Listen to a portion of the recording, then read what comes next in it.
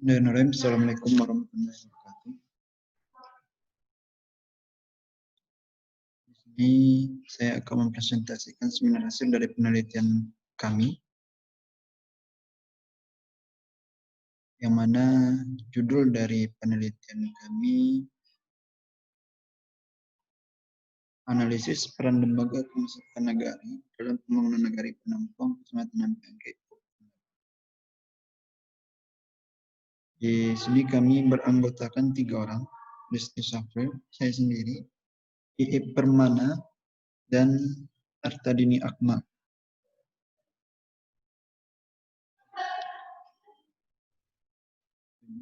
Tujuan dari penelitian kami menganalisa peran lembaga pemasyarakatan nagari dalam pembangunan nagari penampung.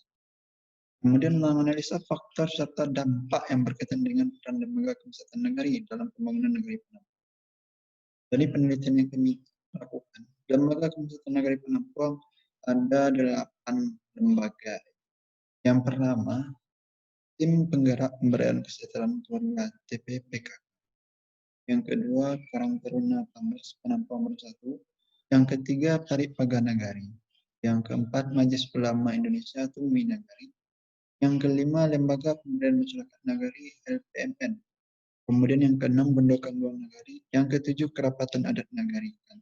Yang kedelapan, Lembaga Kemasyarakatan Nagari lainnya.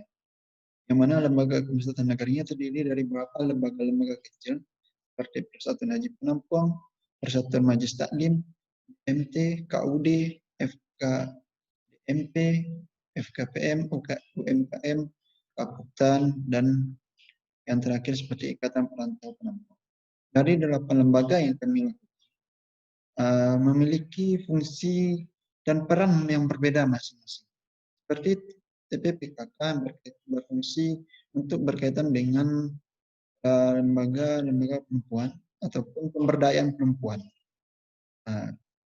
Dilakukan juga dalam halnya dalam posyandu juga dilakukan. Kemudian Karang Taruna Pamres. Karang Taruna Pamres ini fokusnya kepada kegiatan-kegiatan pemuda ataupun yang berkaitan dengan keolahragaan. Kemudian Parit Paga Nagari ini berkaitan dengan hal-hal yang bertujuan dengan keamanan negari, bagaimana kondusifnya suatu negara. Kemudian Majelis Ulama Indonesia MUI Nagari ini berkaitan dengan keagamaan ataupun kebiasaan ritual agama. Kemudian lembaga LPMN. Kalau LPMN ini berkaitan dengan pembangunan nagari, baik itu pembangunan secara fisik maupun pembangunan secara non fisik. Kemudian yang keenam Bendokan Luang ini perannya merupakan fokus pada budaya Minangkabau, diutamakan pada kebiasaan ibu-ibu ataupun kaum wanita Minangkabau.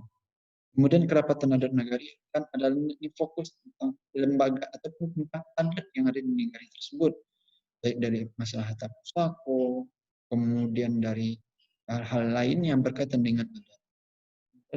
Yang ke-8 lembaga kemasyarakatan nagari ini lembaga-lembaga penunjang lainnya yang didirikan baik itu langsung oleh masyarakat ataupun dari perkumpulan-perkumpulan yang ada di dalam suatu nagari tersebut ataupun juga binaan dari nagari tersebut.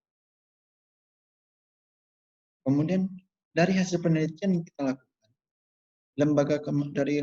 peran dari lembaga kemasyarakatan nagari itu terdapat ada beberapa poin penting yang kita temukan. Yang pertama, dalam pemerintahan negara, lembaga kemasyarakatan nagari dan pemerintahan negara tersebut merupakan lembaga yang menjadi mitra dalam penyelenggaraan pemerintahan negara. Jadi lembaga yang ada itu harusnya sebagai mitra dalam pemerintahan negara. Namun pada kenyataannya lembaga negari hanya sekedar lembaga dan tidak juga menjadi mitra. Terkadang cuma hanya diikut saja. Kemudian regulasi. Regulasi maksud di sini, lembaga pemasyarakatan nagari tidak memiliki regulasi yang jelas.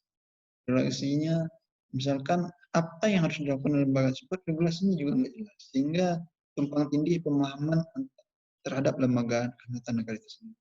Kemudian yang ketiga itu keuangan. Berkaitan dengan keuangan dalam lembaga pemasyarakatan nagari, lembaga-lembaga ini biasa dibiayai oleh pemerintah nagari. Namun dalam kurun waktu mulai 2015, lembaga kemasyarakatan nagari ini dibiayainya berdasarkan program kerja yang ada. Berdasarkan program kerja yang ada, bukan berdasarkan lembaganya. Tapi kalau ada program kerja, maka keuangannya akan cair pada lembaga tersebut. Kemudian pengurus, lembaga pemusatan negari dalam pengurus ini. Dalam hal ini pengurus terkadang hanya sekedar ya sebagai pengurus saja, tapi tidak tahu apa yang harus mereka lakukan.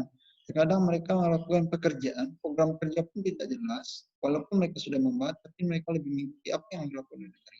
Jadi tidak berdasarkan program kerja dari lembaga itu sendiri.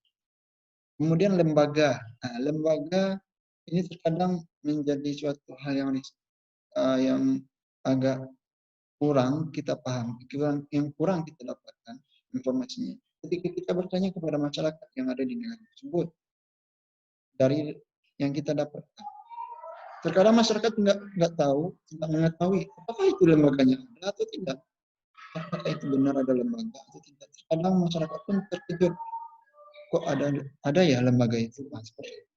Kemudian anggota.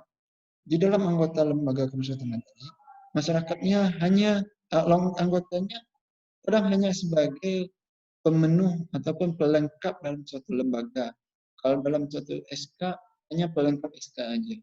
Jadi ketika mereka telah ditunjuk menjadi anggota dalam lembaga, ya mereka hanya ikut saja. Kadang mereka nggak tahu ketika kita tanyakan, tahu nggak Bapak sebagai pengurus dari lembaga tersebut? Kadang jawabannya meragukan, saya ragu, nah seperti itu.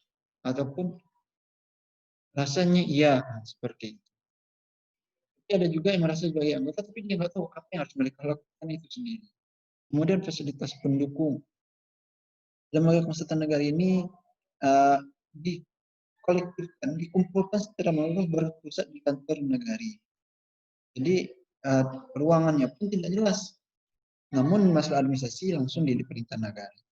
Jadi fasilitasnya pun terkadang ada yang mendukung dan ada sebagian kurang mendukung sehingga efektivitas lembaga pemusatan negara ini juga tidak melakukan perannya, terutama dalam berkaitan dengan pembangunan negara. Kemudian masyarakat. Dengan ada lembaga pemusatan negara di dalam masyarakat ini tidak begitu merasa ataupun tidak memberikan kontribusi yang begitu terasa oleh masyarakat. Karena lembaga pemusatan negara yang ada saat ini, mereka bekerja melakukan perannya hanya berdasarkan apa yang dilakukan oleh negara ini mereka mengikuti, tapi bukan hanya berdasarkan dari program mereka sendiri. Ada satu dua mereka melakukan program, namun hal itu tetap juga dibina ataupun dipapah oleh negara itu sendiri. Dari situ hasil penelitian kita dapatkan, baik itu dari 8 lembaga yang kita sampaikan tadi, baik itu berkaitan dengan perempuan, kemudian masalah adat, keamanan nagari, kepemudaan olahraga, kemudian berkaitan dengan kaum bunda kandung, kemudian berkaitan dengan agama, hal itu yang banyak kita dapatkan di lapangan.